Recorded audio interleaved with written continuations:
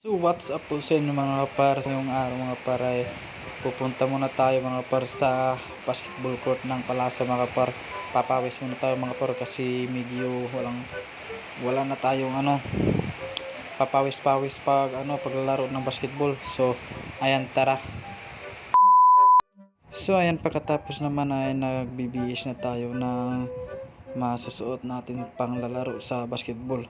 So ayan, dito na nagmigos-migos na yung medyas at saka sapatos ni Burlasoy. So ayan, huwag niyong kalimutan talaga mag-follow, like and share sa Facebook page natin, pati na rin sa YouTube channel natin. Huwag niyo kalimutan mga para updated kayo sa mga videos natin. So ayan, so mamaya ay pupunta na tayo pagkatapos pagbihis natin ng mga yung jersey natin. So ayan, migos-migos na ni Burlasoy yung sapatos.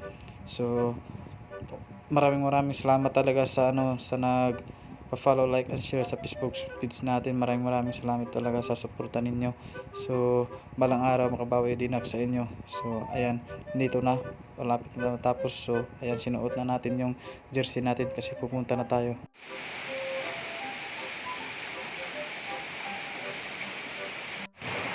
Ayan guys, daan na kami guys, nagduwa na kami basketball guys. Ayan guys, dito yung kasama natin guys. So si Luwid at si James. Ano pa guys, yung mga kasama guys. Still lang. Dari pa si Peo. Ayan guys, so papawis muna tayo. Dari pa si Sir Zed. Ariyo. Shout out kan, Boss Zed. Ay, happy birthday sa akin. Dari guys, so dari pa si Lolong Balonglong. So, shout out daw kasi Kuya Kakabs Astilan, papawis Kuya Kakabs. Pare pa si shout out Kapar TV. Oh, papawis muna. Pare pa si Toolbox. Follow up. So pinakalas guys, Dario si Boss Zonzon katunta.